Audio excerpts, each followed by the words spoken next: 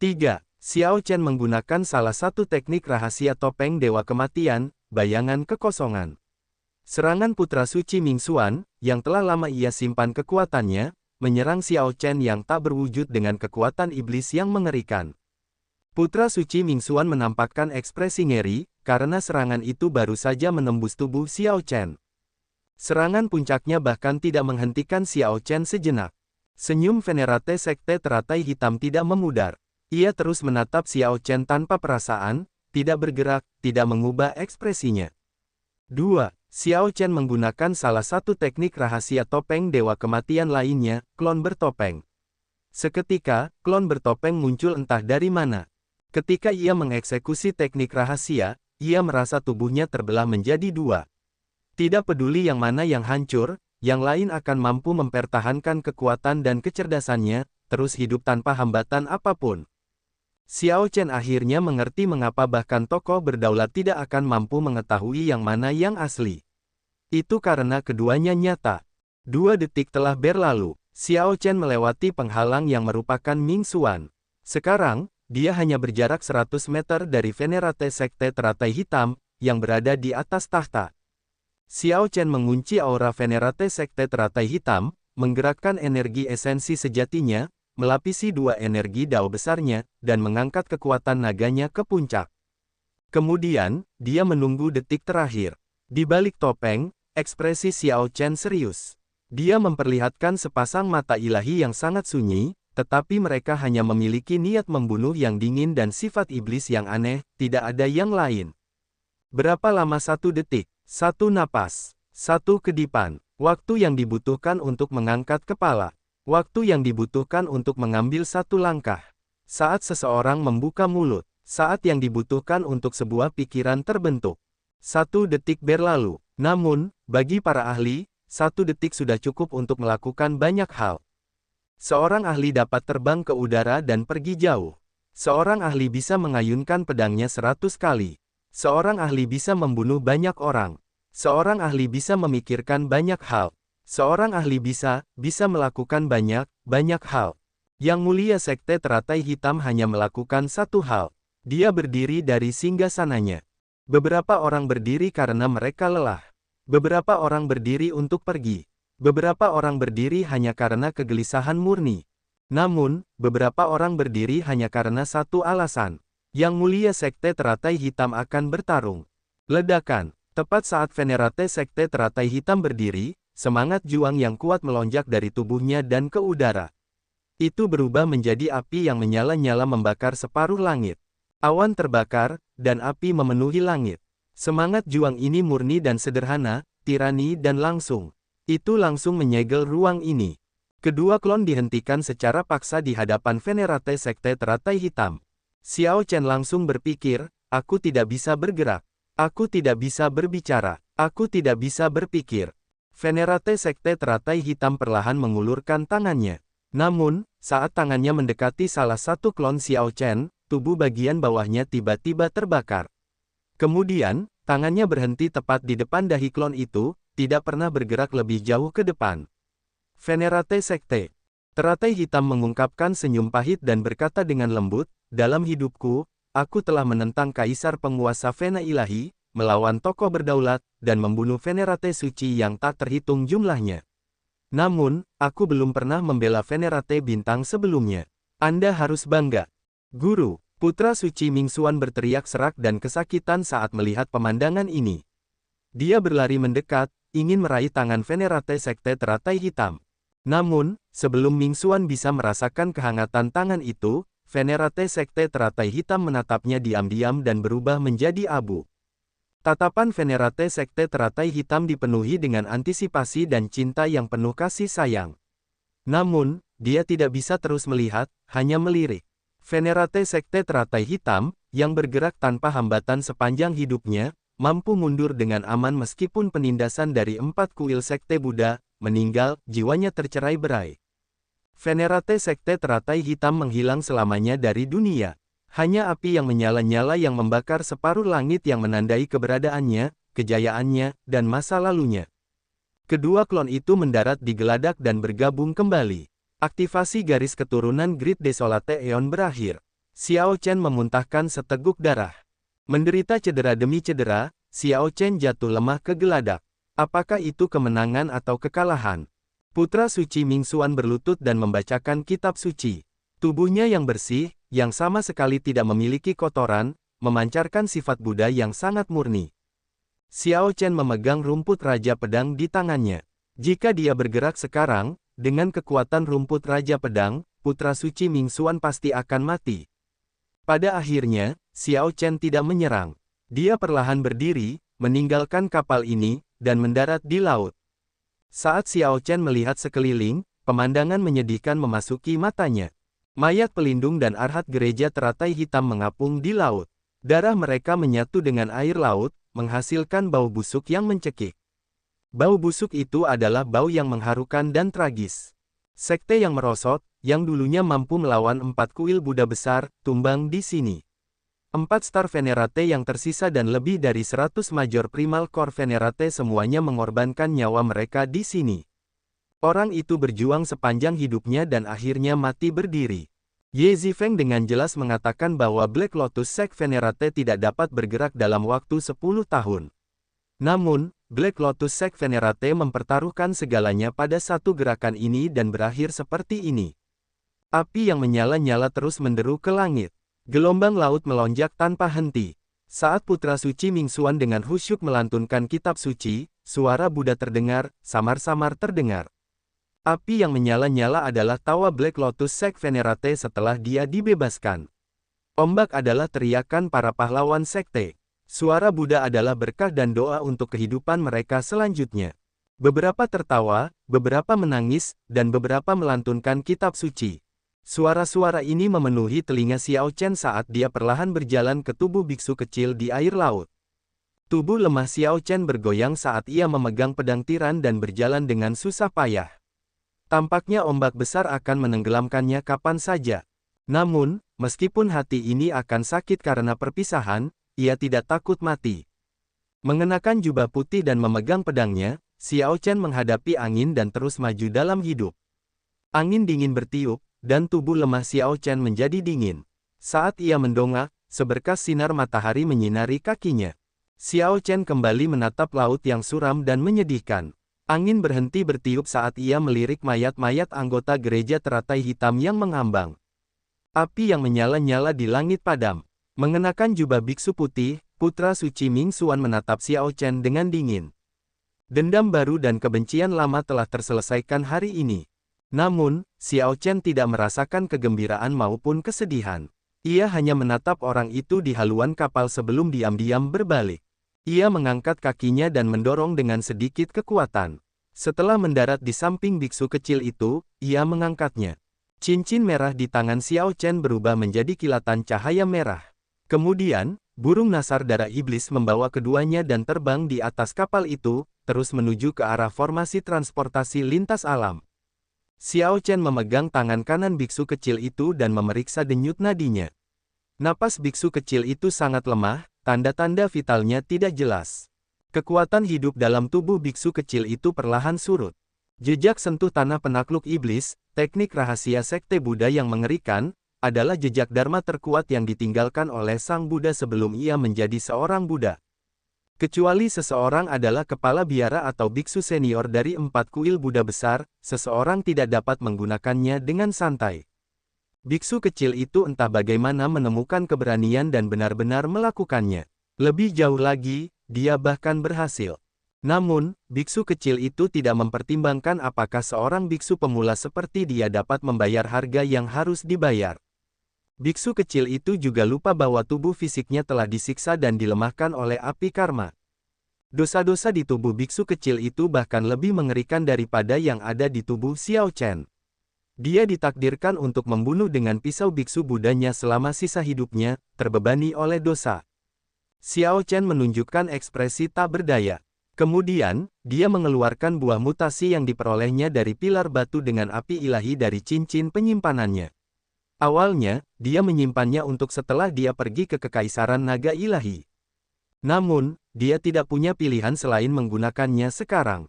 Aku benar-benar berutang budi padamu di kehidupanmu sebelumnya, gumam Xiao Chen. Kemudian, dia memaksa mulut biksu kecil itu terbuka dan memberinya buah mutasi yang aneh dan misterius ini. Begitu buah mutasi itu memasuki tubuh biksu kecil itu, tubuhnya melonjak dengan vitalitas. Tanda-tanda vital yang awalnya lemah berubah menjadi kuat seperti binatang buas. Kulit pucat biksu kecil itu memerah. Semakin manjur buah itu, semakin sakit hati Xiao Chen. Dia telah berencana untuk memakannya. Namun, itu tidak penting lagi. Bertahan hidup dari malapetaka ini sudah cukup baik. Senang rasanya hidup. Seseorang hanya punya harapan dengan hidup, harapan untuk mendapatkan segalanya. Xiao Chen menoleh ke belakang. Api di langit telah lenyap. Awan yang terbakar telah berkumpul sekali lagi. Tanda terakhir yang ditinggalkan oleh Venerate Sekte Teratai Hitam di dunia telah hilang. Namun, saat ini, kekuatan Buddha melonjak ke langit dari arah itu. Teratai hitam yang tak terhitung jumlahnya jatuh dari langit. Nyanyian Buddha menyebar ke segala arah. Xiao Chen masih bisa mendengarnya dari tempatnya berada. Momen pencerahan, tak tertandingi seumur hidup. Xiao Chen tahu bahwa meskipun Venerate Sekte Teratai Hitam sudah mati, dia telah mendapatkan musuh yang bahkan lebih mengerikan daripada Venerate Sekte Teratai Hitam. Dia juga mengerti bahwa selain dari rasa harap dan cinta yang besar, tatapan terakhir dari Yang Mulia Sekte Teratai Hitam kepada Putra Suci Ming Xuan juga membawa pesan yang lebih penting, jangan bertindak, karena Xiao Chen masih punya cara untuk turun bersamanya. Seseorang hanya punya harapan dengan hidup. Xiao Chen beralih dari belakang. Venerate Sekte Teratai Hitam telah mati. Sekarang, hanya Putra Suci Ming Xuan yang tersisa dari Sekte Teratai Hitam. Namun, keraguan di hati Xiao Chen belum terungkap. Mengapa Sekte Teratai Hitam berusaha keras untuk menangkap Xiao Chen, meskipun luka lama Venerate Sekte Teratai Hitam itu masih mengganggunya? Lebih dari 2 tahun yang lalu, Ye Zifeng menimbulkan luka baru pada Venerate Sekte Teratai Hitam, yang akan mencegah Venerate Sekte Teratai Hitam bergerak dalam waktu 10 tahun. Meskipun demikian, Venerate Sekte Teratai Hitam masih bergerak. Pertama, ia memanggil Buddha Iblis Teratai Hitam. Kemudian, ia mematahkan pedang hitam dalam satu serangan. Pada akhirnya, Venerate Sekte Teratai Hitam dipaksa untuk berdiri. Namun, ia telah menghabiskan kekuatan hidupnya, kematian tidak dapat dihindari. Di bawah penindasan Sekte Buddha dari Dao yang benar, Sekte Teratai Hitam yang kalah, yang seperti anjing yang dicambuk, tidak bersembunyi untuk memulihkan kekuatannya tetapi malah mengejar Xiao Chen. Sekte Teratai Hitam bahkan menghabiskan begitu banyak waktu dan upaya untuk menjebak alam Kunlun. Untuk apa semua ini? Mungkin misteri di balik ini akan selamanya menjadi rahasia. Namun, ada kabar baik juga. Dengan kematian Venerate Sekte Teratai Hitam, seharusnya tidak ada lagi batasan di jalan Kunlun alam Kunlun. Mungkin akan lebih mudah bagi Xiao Chen ketika dia ingin kembali di masa depan. Ketika teman-teman lamanya ingin keluar dari alam Kunlun, mereka tidak akan lagi seperti senior mereka, yang sebagian besar akhirnya mati. Xiao Chen mengumpulkan pikirannya dan memeriksa kondisi biksu kecil itu dengan sekilas.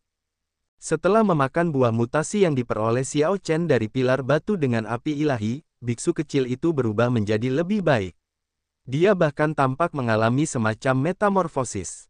Biksu kecil ini tampaknya menjadi lebih muda.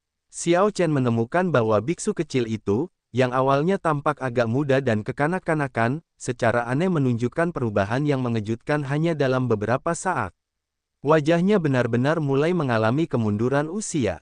Sungguh buah mutasi yang kuat. Ini mungkin harta karun alami untuk memperpanjang umur seseorang, jenis yang dicari orang-orang seperti senior Chai dalam mimpinya. Itu tidak benar. Ini bukan perpanjangan hidup. Ini adalah pembalikan total dari penuaan. Itu mengubah garis keturunan serta fondasi tubuh fisik. Ini benar-benar mencengangkan.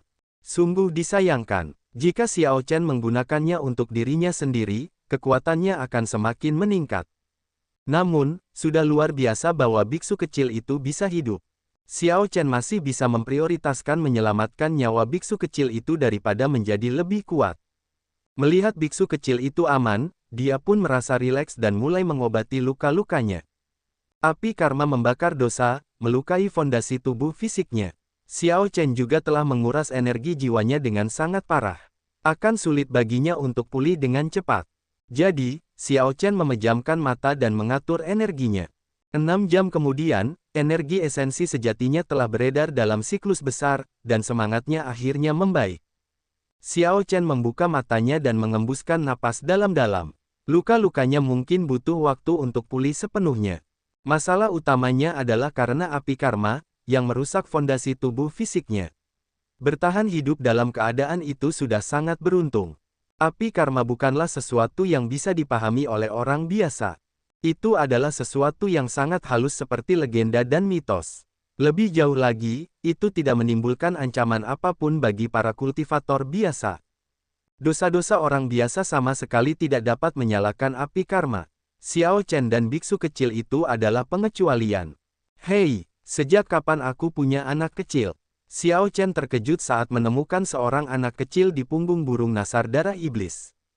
Anak kecil ini tampaknya berusia sekitar 6 atau 7 tahun.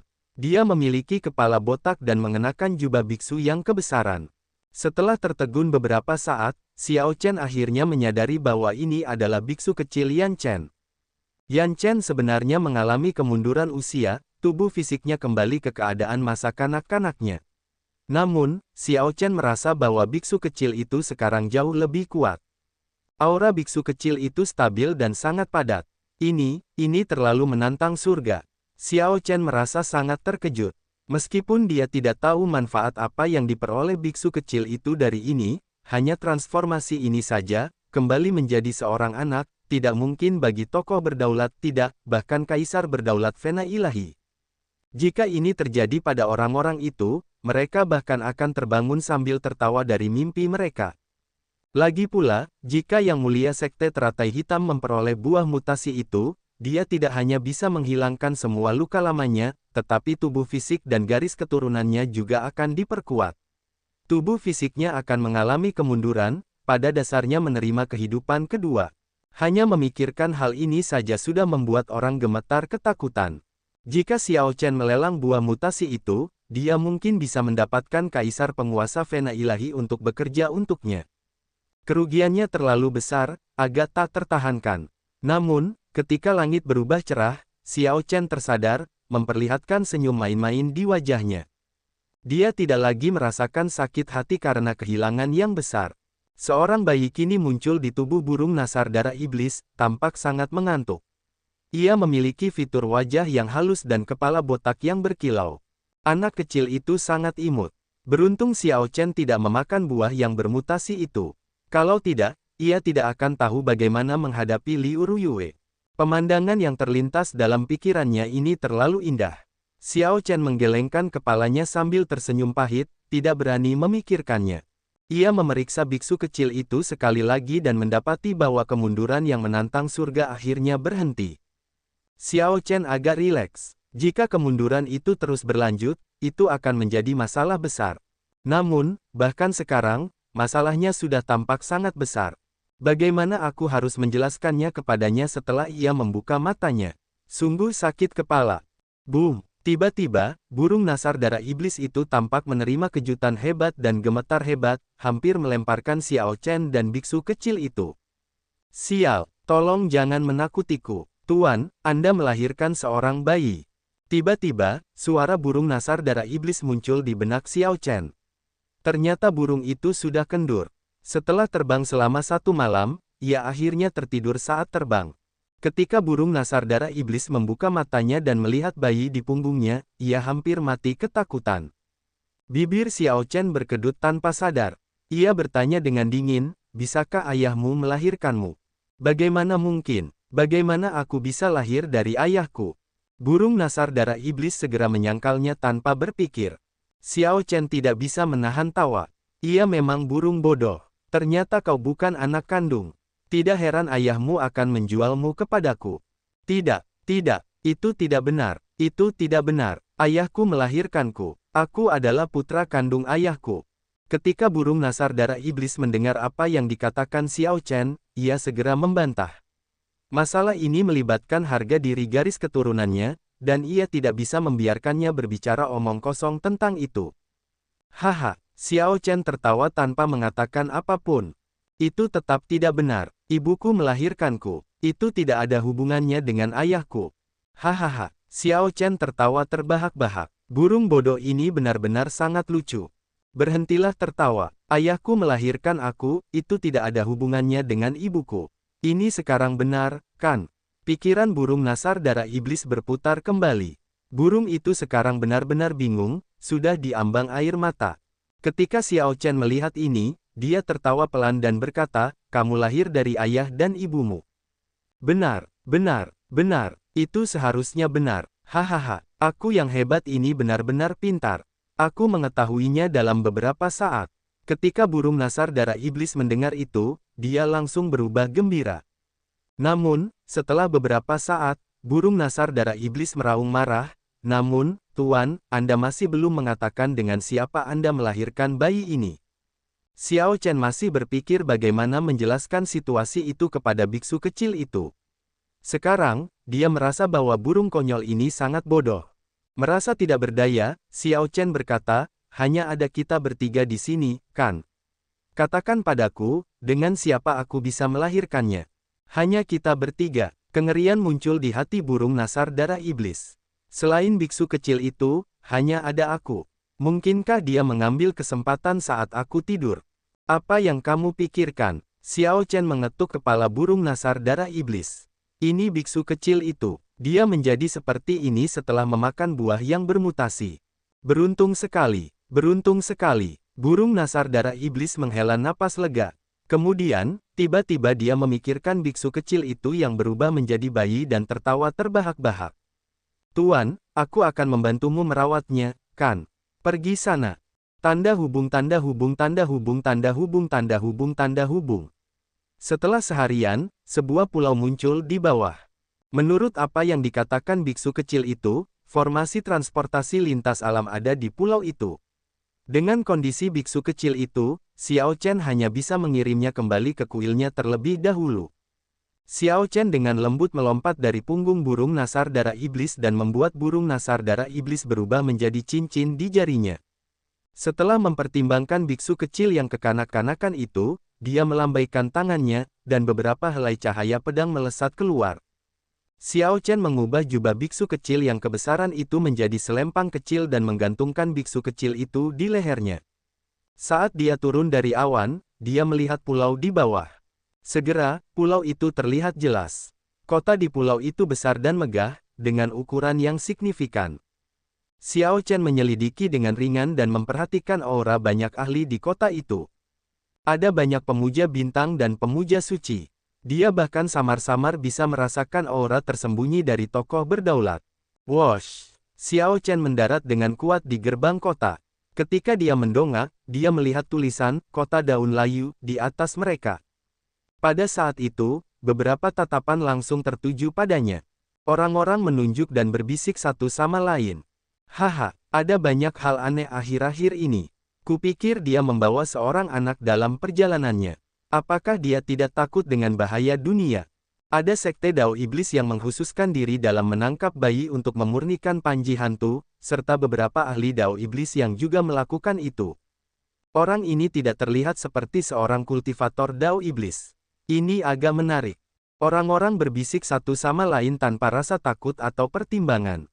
Ketika Xiao Chen mendengar mereka, dia tidak berpikir berlebihan, hanya menuju gerbang kota. Setelah Xiao Chen membayar tol, kapten penjaga gerbang kota menatapnya lagi. Silakan tunggu. Xiao Chen tetap waspada. Dia berbalik dan bertanya, Tuan, ada apa? Dengan senyum ramah, kapten itu menjawab, tidak banyak.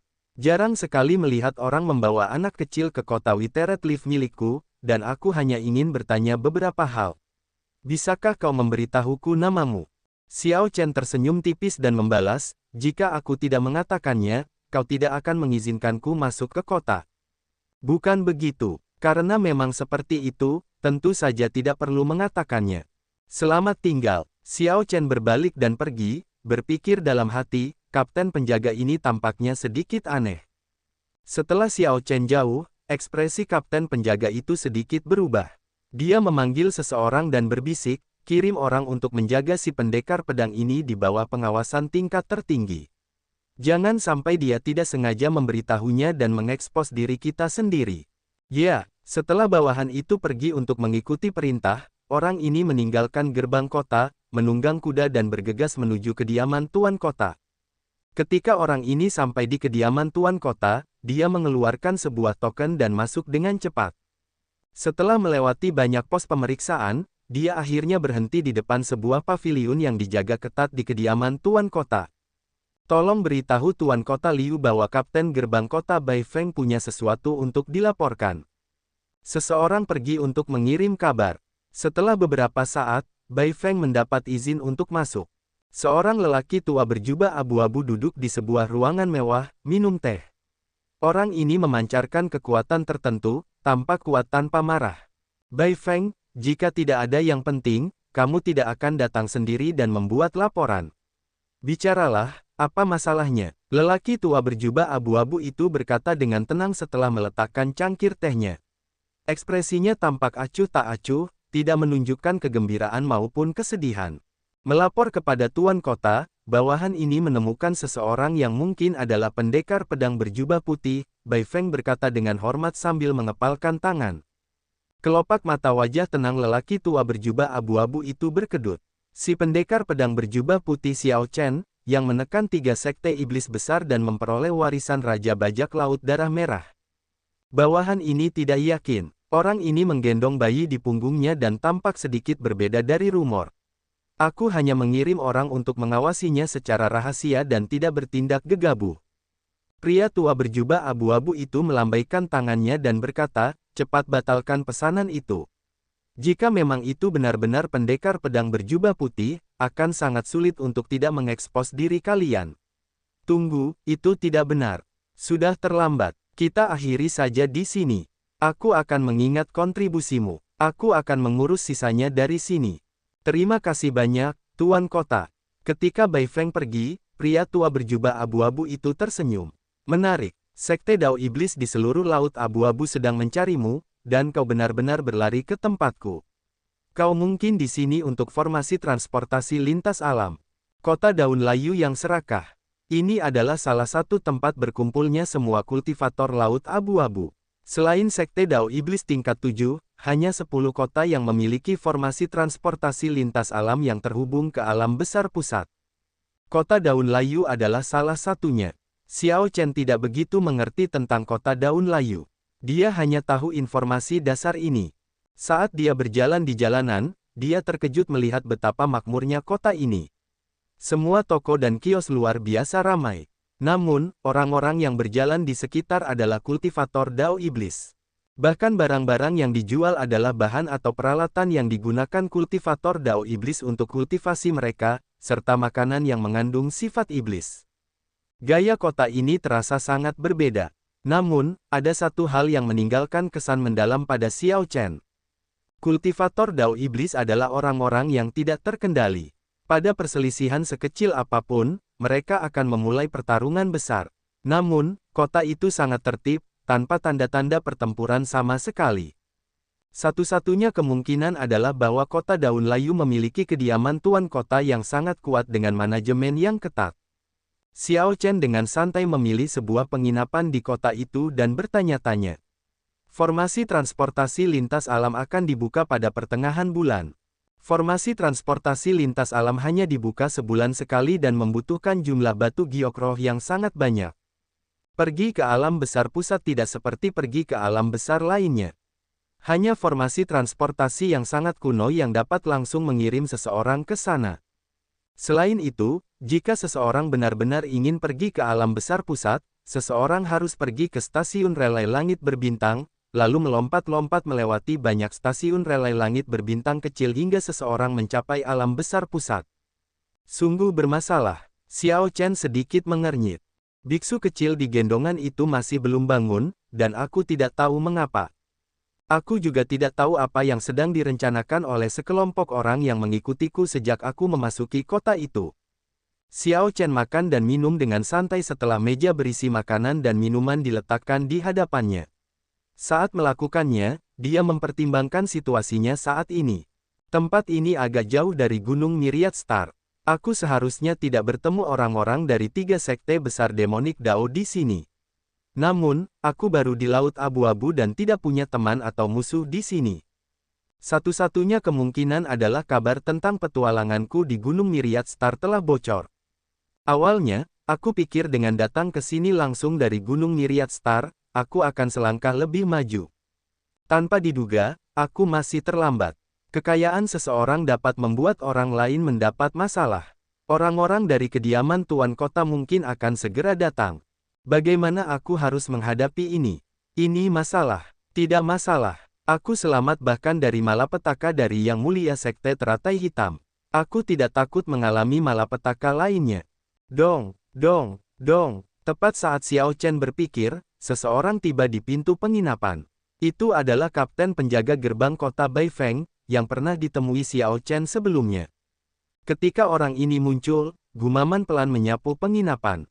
Baifeng, ini adalah kapten penjaga termuda dari kota Daun Layu, bawahan paling terpercaya dari Tuan Kota-Kota Daun Layu, dari salah satu dari 3 pasukan yang mengelola kota, pasukan penjaga kota.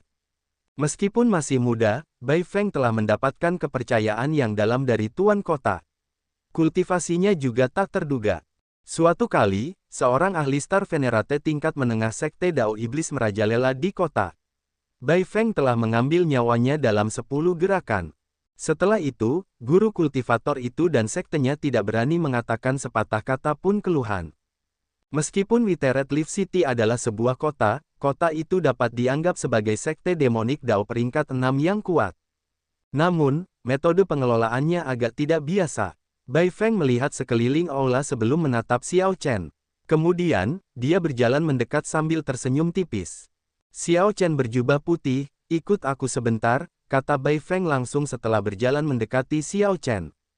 Mereka memverifikasi identitasku dengan sangat cepat. Kediaman Tuan Kota Withered Leaf City memang luar biasa. Namun, tidak peduli seberapa hebat pihak lain itu, tidur adalah yang pertama, dan makan adalah yang kedua. Aku akan pergi setelah selesai makan, kata Xiao Chen acuh tak acuh. Siapa ini yang berani berbicara seperti itu kepada Kapten Bai? Dia tidak terlihat seperti seorang kultivator demonik Dao. Mungkinkah dia seorang kultivator Writers Dao? Tidak disangka dia bahkan mengandung bayi. Aku yakin dia akan segera menderita malapetaka. Setelah melihat sikap Xiao Chen, semua tamu lainnya menunggu untuk melihat pertunjukan yang bagus. Namun, siapa yang tahu, Baifeng menunjukkan sikap yang baik. Dia hanya tersenyum saat duduk tepat di seberang Xiao Chen. Sungguh kediaman Tuan Kota. Xiao Chen berpikir dalam hati sambil mengabaikan Baifeng dan terus makan dan minum sampai kenyang. Kemudian, dia berdiri dan berkata, ayo pergi. Pimpin jalan. Xiao Chen pergi bersama Baifeng. Saat dia melewati ambang pintu, dia melihat lebih dari 100 ahli Star Venerate berseragam berkumpul di depan penginapan. Mereka semua menyembunyikan ki pembunuh mereka saat cahaya terang bersinar di mata mereka. Mereka adalah elit tentara. Ini adalah formasi pasukan yang cukup besar, kata Xiao Chen acuh tak acuh sambil tersenyum mengejek.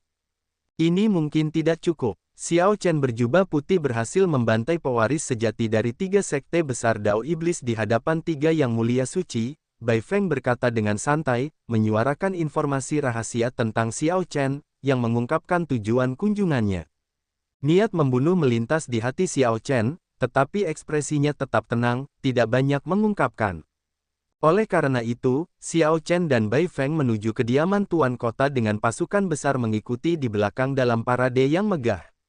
Sepanjang jalan, semua orang di sekitarnya menunjuk ke arah kelompok itu dan membicarakannya. Seketika, pendekar pedang berjubah putih yang menggendong bayi itu menjadi orang misterius yang dikenal semua orang di kota Daun Layu. 1 jam kemudian, di bawah pimpinan Baifeng, Xiao Chen bertemu dengan Tuan Kota-Kota Daun Layu. Tuan Kota-Kota Daun Layu adalah orang yang cepat dan tegas. Setelah memverifikasi identitas Xiao Chen, dia segera membawa Xiao Chen kepadanya sebelum faksi lain mengetahui kehadiran Xiao Chen. Ini akan menyelamatkannya dari banyak masalah. Orang tua ini akan terus terang. Aku tidak akan bisa mendapatkan warisan api dewa palsu. Namun, kau memperoleh 8 harta karun tertinggi di pilar batu dengan api ilahi. Kau harus memberiku salah satunya. Kalau tidak, kau akan merasa sulit untuk meninggalkan kota Daun Layu, kata penguasa kota Daun Layu dengan acuh tak acuh, dengan lembut menutup matanya setelah melihat Xiao Chen. Dia bahkan tidak repot-repot bertukar sapaan konvensional. Penguasa kota adalah seorang yang mulia suci, yang merupakan tahap awal puncak pada saat itu.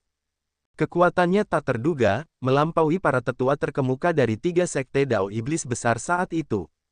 Mungkin ada seseorang yang lebih kuat di kediaman penguasa kota, yang tetap berkultivasi secara tertutup dan tidak keluar. Xiao Chen agak bodoh. Dia benar-benar mengambil inisiatif untuk memasuki sarang serigala ini. Namun, ada batasan yang sengaja dibuat di ruangan ini, mengisolasinya dari dunia luar. Sekarang, hanya Xiao Chen, penguasa kota, dan Bai Feng yang tersisa di ruangan itu. Sepertinya Tuan Kota tidak ingin siapapun tahu tentang apa yang terjadi di ruangan itu, bahkan orang-orang dari kediaman Tuan Kota. Orang ini benar-benar licik dan penuh tipu daya, mempertimbangkan setiap aspek. Atau, jika kau tidak setuju, aku akan membunuhmu dan menggeledahmu sendiri, Tuan Kota-Kota Daun Layu menambahkan ketika dia menyadari kesunyian Xiao Chen. Dia masih tidak membuka matanya. Untukmu, Xiao Chen tidak mengatakan apa-apa lagi. Dia tetap tanpa ekspresi saat dia dengan tegas melemparkan panji hantu binatang Qiongqi. Penguasa kota-kota Daun Layu membuka matanya dan mengulurkan tangannya untuk menangkap panji hantu binatang Qiongqi. Kemudian, dia tersenyum dan berkata, "Kau memang luar biasa, tidak seperti beberapa generasi tua yang membusuk, yang akhirnya kehilangan nyawa mereka karena kekayaan dan hanya merasa menyesal pada akhirnya." Penguasa kota-kota Daun Layu memeriksa dan menemukan bahwa panji hantu binatang Qiongqi sudah memiliki tanda spiritual Xiao Chen. Namun, dia tidak keberatan. Sekarang panji hantu binatang Qiongqi ada di tangannya, melepaskan tanda spiritual hanya masalah waktu. Penguasa kota-kota Daun Layu dengan santai mengesampingkannya dan melanjutkan, "Aku yakin kau pasti ada di sini untuk formasi transportasi lintas alam. Panji hantu binatang Qiongqi ini untuk membiarkanmu tetap hidup. Namun, jika kau ingin menggunakan formasi transportasi lintas alam, kau harus mempersembahkan harta karun tertinggi lainnya. Untukmu." Xiao Chen tidak mengatakan apa-apa lagi, melemparkan pil obat misterius untuk binatang buas di cincin penyimpanannya. Mata penguasa kota Witeret Leaf City berbinar. Sungguh pil tirani bagi binatang buas. Jika aku memberikannya kepada hewan peliharaan iblisku untuk dikonsumsi, itu seharusnya dapat menghasilkan transformasi yang lengkap.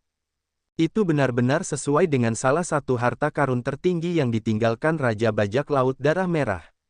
Semuanya sangat memikat. Penguasa kota Witeret Leaf City menerima pil merah itu dan meletakkannya di samping panji hantu binatang Qiongqi. Kemudian, dia berkata dengan acuh tak acuh, "Saat ini, berbagai sekte Dao Iblis sedang mencarimu di laut abu-abu ini. Siapa yang tahu berapa banyak orang yang ingin membunuhmu? Jika aku membiarkanmu pergi, akan sulit bagiku untuk menghindari perselisihan dengan mereka. Setelah kau pergi, kau tidak perlu peduli tentang apapun. Namun, aku harus menanggung tekanan yang sangat besar. Jadi, kau masih harus memberiku harta karun tertinggi lainnya untuk menebus tekanan yang akan kutanggung dan kerugian yang akan kuderita." Xiao Chen masih tetap tanpa ekspresi. Dia melambaikan tangan dengan santai dan menyerahkan seni menelan langit awan iblis, teknik kultivasi Raja Bajak Laut Darah Merah.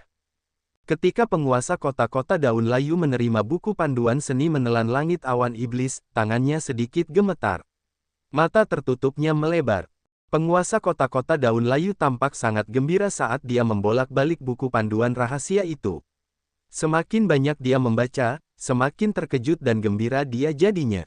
Kegembiraan ini benar-benar tak terlukiskan. Penguasa kota-kota Daun Layu sangat gembira ketika dia memikirkan tentang bagaimana 3 sekte besar Dao Iblis telah kehilangan begitu banyak orang dan berusaha keras, hanya untuk tidak menerima apapun. Di sisi lain, dia dengan mudah memperoleh harta karun tertinggi ini hanya dengan beberapa kata. Pada saat ini, penguasa kota-kota Daun Layu tidak hanya senang tetapi bahkan tampak sombong. Dengan ini, dia pasti akan melambung tinggi. Dia mengantisipasi hari ketika dia menerobos tahap cahaya suci dan maju ke tahap penguasa. Hal yang dicari oleh penguasa kota Daun Layu sepanjang hidupnya jatuh ke pangkuannya dalam 1 hari. Ini seperti mimpi, membuatnya merasa seperti sedang melayang di atas awan. Kelopak mata Bai Feng, yang berada di samping, berkedut terus-menerus saat dia melihatnya. Keserakahan yang tak terselubung bersinar di matanya. Semua harta yang diserahkan Xiao Chen adalah harta tertinggi. Ini adalah harta tertinggi yang akan dibunuh oleh tokoh penguasa untuk memilikinya. Namun, jadi apa? Si bodoh itu berlari ke kota Daun Layu dan masih harus menyerahkannya. Beginilah takdir mengacaukan orang-orang. Tidak peduli seberapa beruntungnya seseorang, situasinya mungkin langsung berubah dengan momen kecerobohan.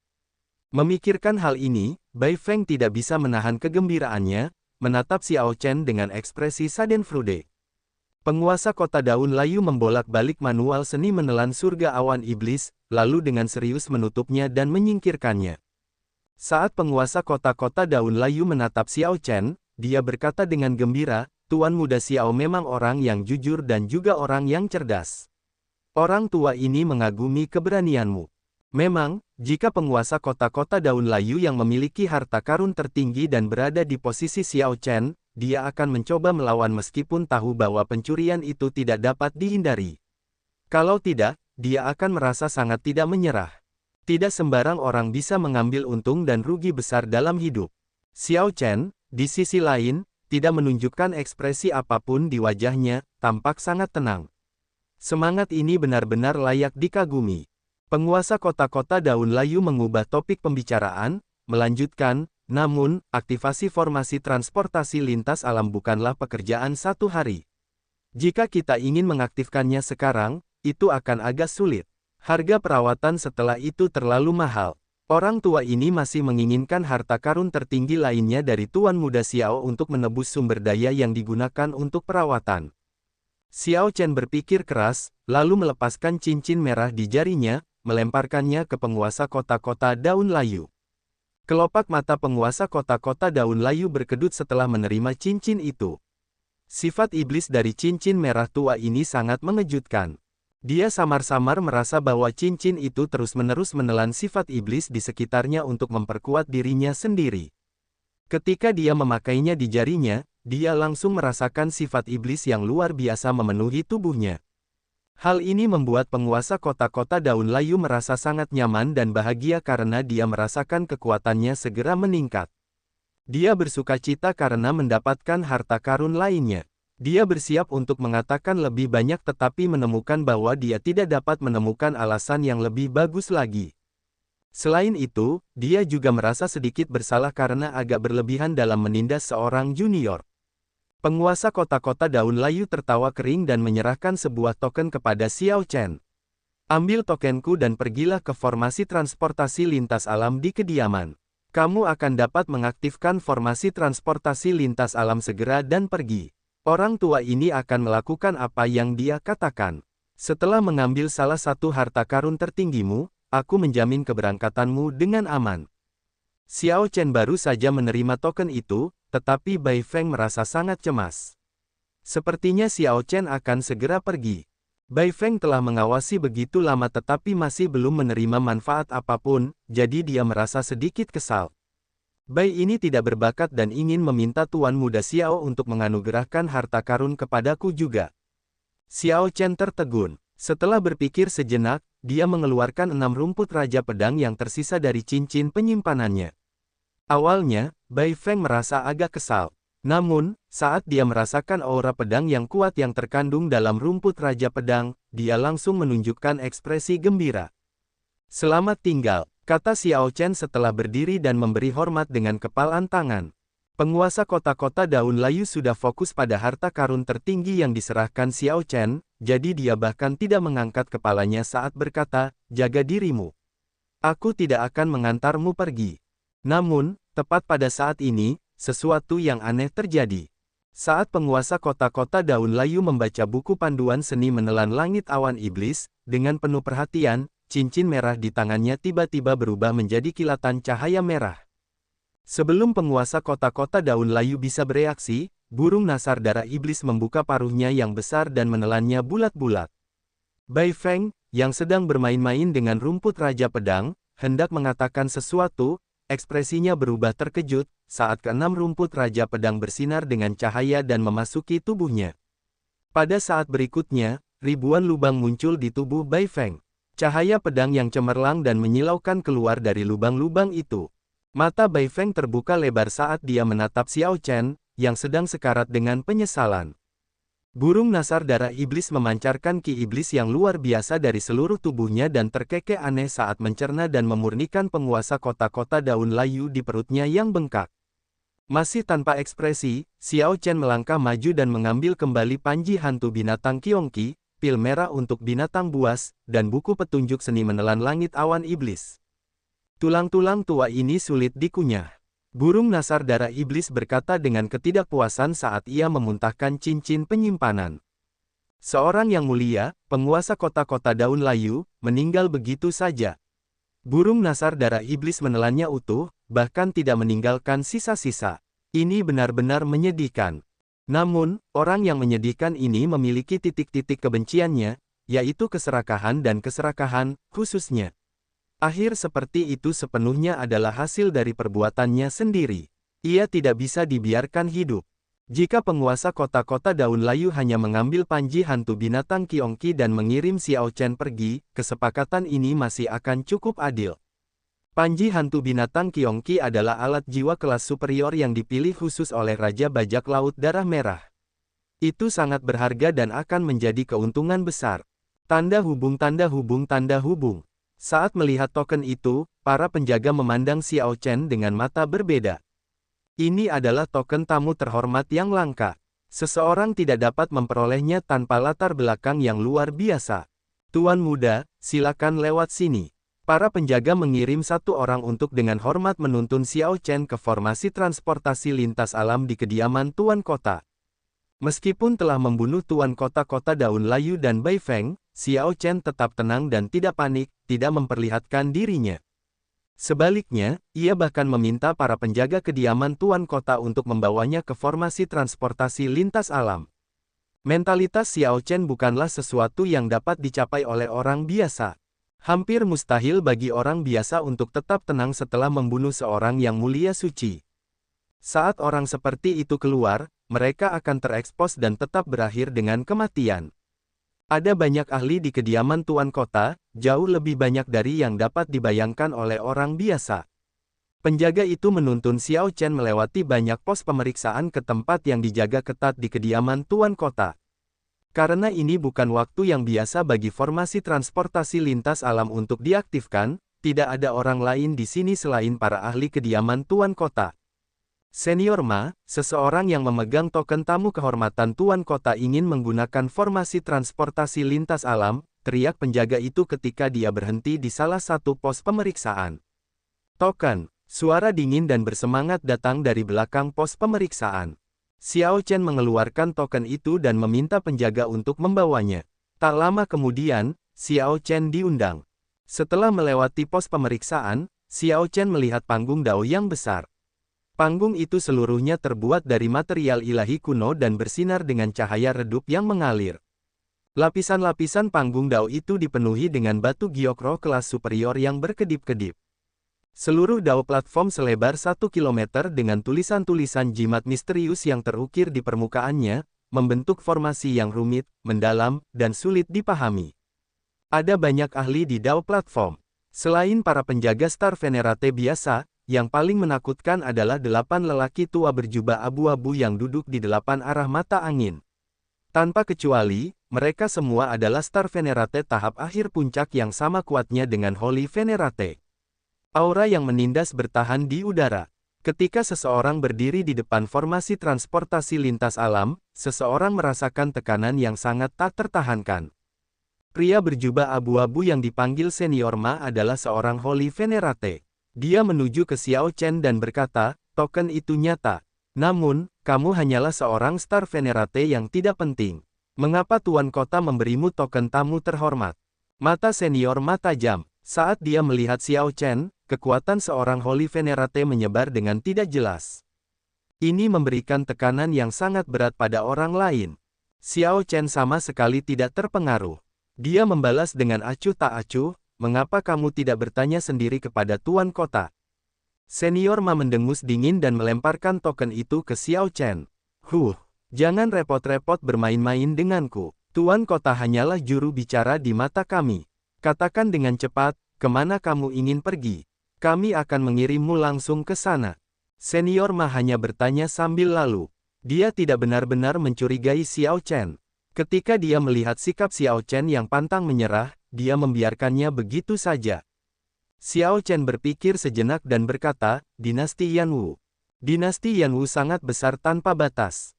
Selain ibu kota, masih ada 118 provinsi. Setiap provinsi sama besarnya dengan beberapa kerajaan besar. Provinsi mana dan markuisate mana yang ingin kamu tuju? Senior Ma bertanya, agak tidak sabar. Xiao Chen benar-benar tidak tahu provinsi mana yang harus dituju saat ini. Mungkin mustahil untuk langsung pergi ke kuil roh tersembunyi. Kota Daun Layu adalah kota Dao Iblis, itu pasti tidak akan memiliki formasi transportasi lintas alam yang terhubung ke sekte besar dari faksi Buddha. Keduanya adalah musuh bebuyutan. Provinsi Naga Melonjak, Markuisat Naga Melonjak. Setelah berpikir sejenak, Xiao Chen mengatakan satu-satunya tempat yang dia tahu di dinasti Yanwu, tanah yang dianugerahkan Markis Naga Melonjak. Xiao Chen ingat bahwa ayah Lan Luo, Markis Naga Melonjak, adalah penguasa markuisat itu. Terlepas dari situasinya, dia akan benar-benar aman setelah pergi ke dinasti Yanwu. Dari sana, dia bisa pergi kemanapun yang dia inginkan. Pada saat itu, Xiao Chen akan menunggu biksu kecil itu bangun. Kemudian, dia tidak perlu khawatir tentang sisanya. Awalnya Xiao Chen ingin pergi ke Kekaisaran Naga Ilahi. Namun, mengingat situasi biksu kecil itu, yang terbaik adalah mengirim biksu kecil itu kembali terlebih dahulu. Bagaimanapun, akan jauh lebih mudah untuk melakukan perjalanan ke Kekaisaran Naga Ilahi ketika dia sudah berada di alam besar pusat daripada pergi ke sana dari Laut Abu-Abu. Kirim dia ke sana, kata senior Ma tanpa ekspresi. 8 lelaki tua itu mulai membentuk segel tangan, dan formasi di platform Dao perlahan-lahan aktif satu demi satu. Pilar cahaya misterius membumbung ke awan. Setelah waktu yang lama, keringat mulai menetes dari dahi 8 lelaki tua itu. Sebuah pintu cahaya melingkar muncul di tengah platform Dao, membentuk layar cahaya sehalus permukaan air yang tenang. Itu berkedip-kedip dengan cahaya dan tampak seperti cermin. Xiao Chen tahu bahwa begitu dia melewati pintu cahaya, dia bisa pergi ke tempat yang dia inginkan. Dia mendorong tanah dan dengan lembut mendorong tubuhnya ke atas, lalu mendarat di depan pintu cahaya. Saat dia memasuki pintu, seseorang bergegas dengan ekspresi bingung. Jangan biarkan dia pergi. Tablet kehidupan Tuan Kota hancur. Ekspresi senior Ma sedikit berubah. Dia berbalik dan berkata, cepat, hentikan formasi transportasi lintas alam. Sudah terlambat, salah satu dari 8 lelaki tua itu berkata dengan susah payah. Kedelapan dari mereka semua tampak melemah. Sialan, senior Ma meraung. Kehendak yang mulia sucinya melonjak keluar dan menghantam pintu cahaya. Retakan kecil segera muncul di pintu cahaya yang seperti layar air. Boom, itu belum berakhir. Aura senior Ma melonjak saat dia melakukan serangan telapak tangan. Dia menghancurkan pintu cahaya itu, mengubahnya menjadi potongan-potongan yang tak terhitung jumlahnya. Puci, 8 lelaki tua yang menjaga formasi itu semuanya memuntahkan darah. Setelah menderita pantulan besar, ke-8 orang itu pingsan di platform Dao. Bicaralah, apa yang terjadi? Senior Ma berteriak dingin, membuat orang yang datang untuk melapor gemetar ketakutan. Tuan Kota dan Kapten Bai secara misterius mengundang orang ini hari ini. Mereka bahkan menetapkan batasan. Ketika dia keluar, dia memegang token tamu terhormat Tuan Kota. Ketika tablet kehidupan Tuan Kota hancur, kami tidak langsung mencurigainya. Bagaimanapun, dia hanyalah seorang pemuja bintang. Selain itu, ada Kapten Bai, kata orang itu dengan suara bergetar, gemetar karena takut dan gentar. Keraguan melintas di mata senior Ma. Bahkan jika itu dia tidak akan mengira bahwa Tuan Kota tewas di tangan Xiao Chen. Bahkan sekarang, senior Ma tidak berpikir bahwa Xiao Chen membunuh Tuan Kota. Dia hanya percaya bahwa Xiao Chen entah bagaimana terlibat, dan tidak senang membiarkannya pergi. Namun, pintu cahaya telah hancur. Bahkan jika Xiao Chen berhasil muncul di dinasti Yanwu, ia akan merasa sulit untuk lolos dari kematian. Adapun kematian Tuan Kota, itu akan menjadi misteri. Hanya ada satu formasi transportasi lintas alam di seluruh markuisat Naga Melonjak. Itu ada di sebuah istana di alun-alun pusat di kota Naga Melonjak. Formasi transportasi lintas alam di sini bukan milik Markis Naga Melonjak. Formasi transportasi lintas alam adalah sumber daya perang yang strategis. Semua formasi transportasi lintas alam berada di tangan istana kerajaan dinasti Yanwu, dikendalikan, dilindungi, dan dipelihara olehnya. Pada saat ini, fluktuasi kacau muncul di atas platform Dao di formasi transportasi lintas alam kota naga melonjak. Pintu cahaya tampak sangat tidak stabil. Itu berguncang dan goyah, hampir hancur kapan saja. Sepertinya ada masalah dengan platform Dao di sisi lain. Orang-orang tua di sini yang menjaga formasi membahas kejadian ini tetapi tidak bingung. Hal-hal seperti itu tidak aneh dan sama sekali tidak mengejutkan. Formasi transportasi lintas alam menghubungkan alam-alam besar yang tak terhitung jumlahnya dan langsung mengirim satu ke formasi transportasi alam besar pusat. Semuanya adalah platform Dao kuno dan karenanya sangat tidak stabil. Mereka membutuhkan perawatan yang sering dan teliti. Meski begitu, kegagalan transportasi seperti itu akan terjadi beberapa kali setiap dekade. Aku ingin tahu siapa orang-orang yang tidak beruntung itu. Tidak disangka mereka mengalami masalah dengan platform Dao. Mereka benar-benar tidak beruntung. Jika itu adalah seorang Venerate suci, ada 30% kemungkinan untuk bertahan hidup. Jika itu adalah tokoh berdaulat, ada 80% kemungkinan. Seorang lelaki tua bertanya, bagaimana dengan Venerate bintang? Kematian yang pasti, tidak diragukan lagi, lelaki tua yang memimpin kelompok itu di sekitar platform Dao berkata dengan tegas. Bang, tepat setelah lelaki tua itu berbicara, seorang pria berpakaian putih dengan penampilan yang lemah dan menggendong bayi berjalan keluar dari pintu cahaya yang rusak. Seorang Venerate bintang, itu benar-benar Venerate bintang. Orang-orang tua di sekitar platform Dao tercengang. Mereka semua merasa ini tidak terbayangkan. Xiao Chen menyeka darah di bibirnya dan melihat sekeliling. Kemudian, dia menoleh ke lelaki tua yang menjadi pemimpin. Bolehkah aku bertanya kepada senior apakah ini markuisat naga terbang di dinasti Yanwu? Benar, lelaki tua berpakaian merah itu mengangguk setelah tertegun beberapa saat. Xiao Chen menghela napas lega. Mengabaikan ekspresi bingung lelaki tua ini, dia langsung pergi. Setelah Xiao Chen meninggalkan istana, sekelompok lelaki tua itu terkejut dan membicarakan hal ini. Itu benar-benar seorang Star Venerate yang berhasil keluar.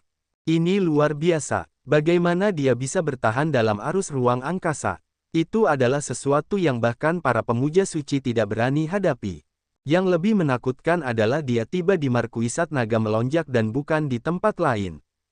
Pemimpin itu berpikir keras sebelum berkata, kita perlu menyelidiki orang ini. Segera aktifkan jaringan informasi istana kerajaan dan dapatkan semua informasi tentang orang ini. Tanda hubung tanda hubung tanda hubung. Setelah Xiao Chen meninggalkan istana, dia melihat ke langit dan mendesah. Sungguh sulit untuk lolos dari kematian. Kalau dipikir-pikir, situasinya berbahaya. Namun, sekarang tidak apa-apa. Dia telah tiba di markuisat naga melonjak, di alam besar pusat. Ini adalah tempat di mana langit setinggi burung bisa terbang, di mana laut sedalam ikan bisa berenang. Ini adalah alam besar pusat. Xiao Chen menilai sekelilingnya. Selain lebih ramai, tidak terasa ada bedanya. Jika ada perbedaan, itu adalah ada lebih banyak ahli di kota itu. Penghormat bintang yang kuat seperti Xiao Chen, yang dapat bergerak tanpa rasa takut di laut kuburan, tidak ada di mana-mana, tetapi dia masih akan melihat satu atau dua sesekali. Pertama, aku perlu menemukan tempat dan beristirahat dengan baik. Sejak aku bersama biksu kecil itu, keberuntunganku buruk, dan aku selalu terluka. Xiao Chen tidak mengatakan bahwa dia terpengaruh oleh tubuh kemalangan. Dia menolak untuk mempercayainya. Dia dengan santai memilih sebuah penginapan di Soaring Dragon City. Kemudian, dia tetap di dalam rumah, tidak pergi, untuk memulihkan diri dari luka-lukanya. Kali ini, tujuannya adalah mengembalikan tubuhnya ke puncaknya, pulih sepenuhnya dari semua luka. Tanda hubung tanda hubung tanda hubung. Waktu berlalu sangat cepat. 1 bulan berlalu dalam sekejap mata. Xiao Chen membuka matanya, dan banyak bintang berkelap-kelip di matanya. Sepertinya dia telah menghancurkan beberapa belenggu di tubuhnya. Pikiran, dan jiwanya semuanya membaik. Bintang-bintang di atas kolam jiwanya telah berlipat ganda. Aku berhasil. Xiao Chen telah berada di tahap awal Starry Sky Stage selama ini. Menerobos ke tahap tengah Starry Sky Stage tidak akan menemui hambatan jika kondisinya tepat. Terobosan yang tidak disengaja bukanlah hal yang aneh. Xiao Chen telah bertahan di puncak Major Primal Core Realm untuk waktu yang sangat lama. Fondasinya sangat kuat. Ketika ia menerobos, ia segera mencapai puncak tahap awal Starry Sky Stage. Kemudian, ia mengalami beberapa malapetaka. Menerobos dengan lancar sudah bisa diharapkan. Sekarang setelah ia mencapai tahap tengah Starry Sky Stage, maju ke tahap akhir akan agak sulit. Xiao Chen keluar dari ruang kultivasi dan tiba di kamar tidur. Biksu kecil yang berbaring di tempat tidur masih memejamkan matanya rapat-rapat. Biksu kecil itu tidak menunjukkan tanda-tanda akan bangun.